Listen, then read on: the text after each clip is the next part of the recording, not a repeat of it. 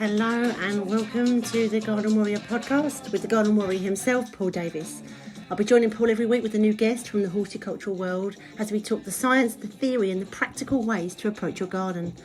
Known for his fun and can-do manner, Paul is one of the UK's most fun celebrity gardeners, showing you the behind the scenes of his day-to-day business, punctuated with his funny stories and anecdotes, often with an insight never before seen. So here we are back again for part 2 of your conversation with the lovely Mark Patterson, and we left it last week with you saying or asking Mark to share what he'd been doing yesterday or last week or something. Yeah, Mark. So let's talk about your journey back home. So let's tell people where you actually come from. They probably guessed by your accent, but it ain't that bad. Tell us what part of the country you actually come from. So I'm from Newcastle originally, and I grew up just on the outskirts of Newcastle in a town called Gateshead. And I lived on the urban fringe, and I was close to lots of sort of countryside sites. And that's sort of how I got interested in nature and the environment, just because I grew up in this environment where I had all these amazing countryside on my doorstep. And I haven't been home for the last 2 years because of COVID restrictions. I've not been able to go up and see my family. So I went up last week for sort of end of May bank holiday weekend. Went up there for a week to see my family. Whilst I went and did some bee recording, went and did some walks around some sort of countryside sites and some brownfield sites and some abandoned quarries and places to find bees. Found lots of sort of bees that hadn't been recorded there before. And one of the places I went to was a place called Prudder, where they've got these huge limestone and chalk mounds, massive mounds. They're about 100 foot high and almost a kilometre long, really, really huge mounds. And it's all industrial waste left over from the ICI factory that used to make bombs during the Second World War. And over the years, these big chalk mounds have been colonised by thousands and thousands and thousands of bees.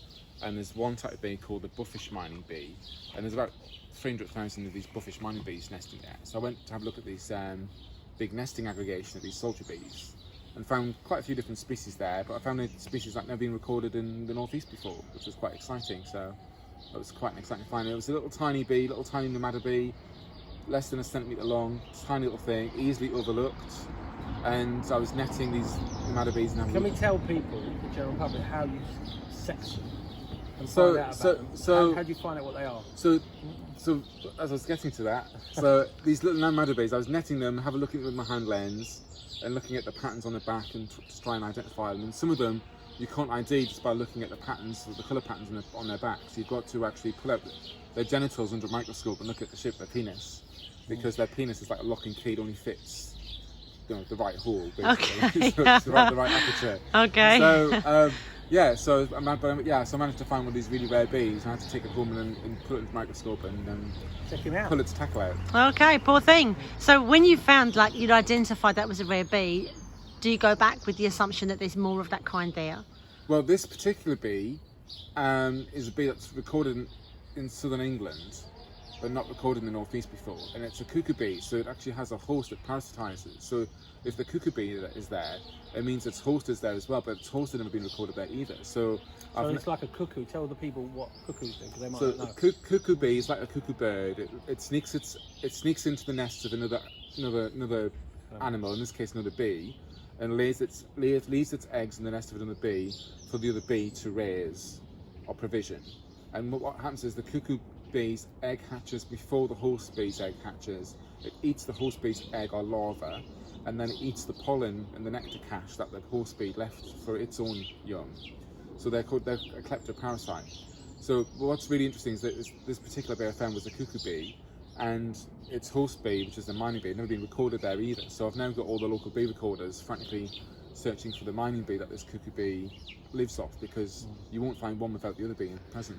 So I'm interested about recording that. Like, where's the log? How do you record these things? So there's an organisation called the Bees, Wasps and Ants Recording Society. Okay. And they record bees and wasps and ants and things all over the UK. Wow. And they contribute to the sort of it's this national biological monitoring archive, the sort of National Records Centre. So you can download an app called iRecord on your iPhone.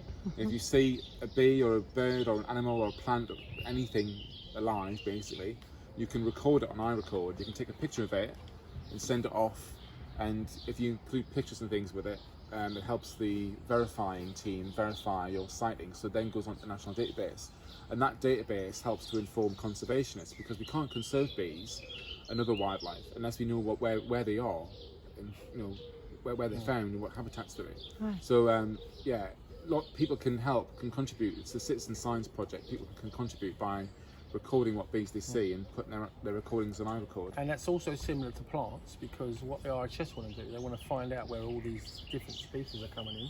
So we've got something called a Rosemary Beetle, which is a gold beetle, which looks like a ladybird.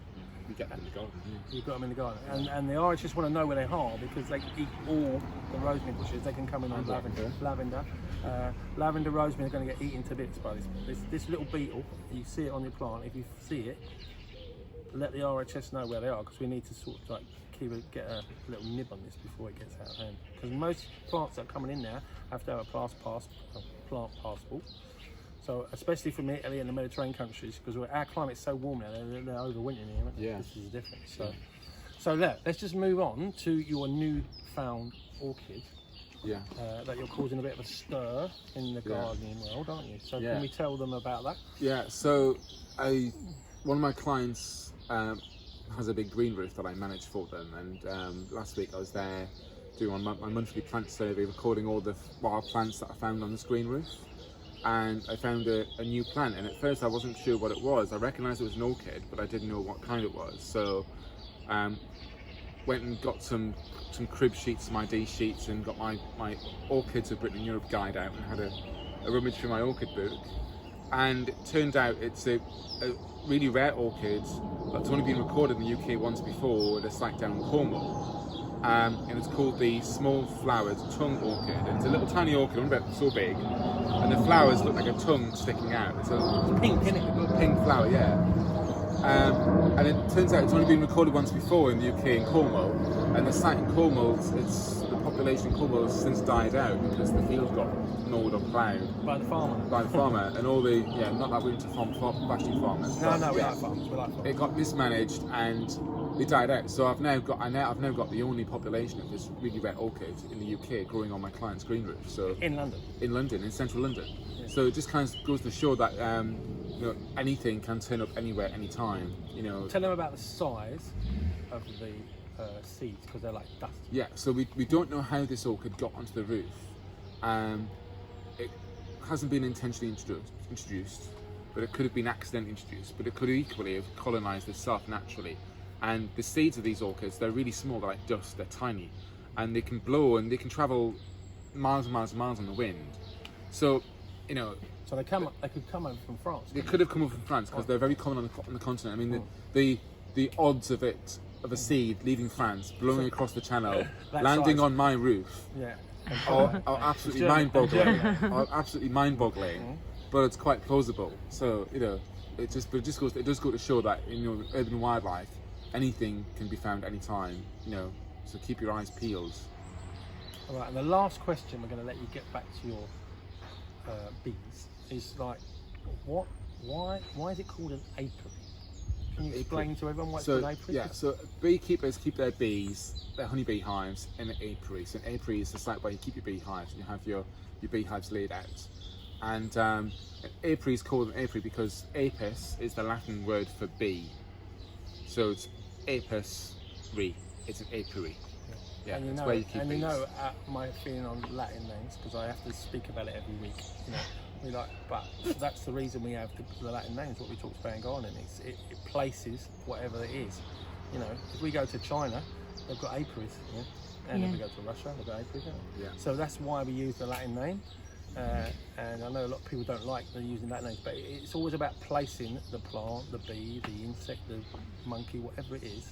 That's why we use the Latin name. Really nice. So what I want to do, I want to wrap this up now. Thanks, Mark, for talking to us today. Yeah. And letting us into this garden. What's Beautiful. it called again? Should we tell them? St Mary's Secret We should do a Garden. little So look. St Mary's Secret Garden, as you can see, it's one of the most beautiful gardens, hidden gardens in London, really. Look at all those David Austin roses I could spot over there.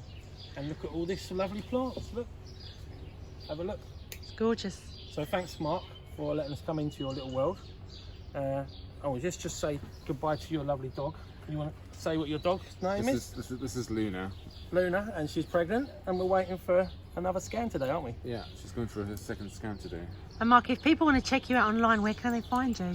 So I'm on, my website is called apicultural.co.uk, and I'm also on Twitter and Instagram. It's Apicultural London. Lovely. Great. Good chat. Thanks, Okay, guys. thanks today. Cheers.